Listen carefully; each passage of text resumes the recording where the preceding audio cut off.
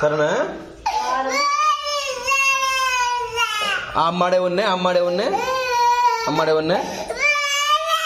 బడి ఏంటి ఇంట్లో ఉండి ఏం చేస్తావు? ఒక అర్ధగంట సేపు కూర్చుంటారా? అర్ధగంట సేపు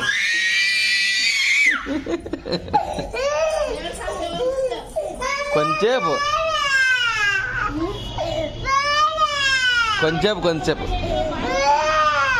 ఒకసారి గ్యాప్ పడితే అంతే ఇంక మళ్ళీ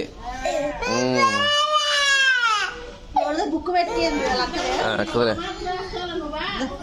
తగిలించుకో.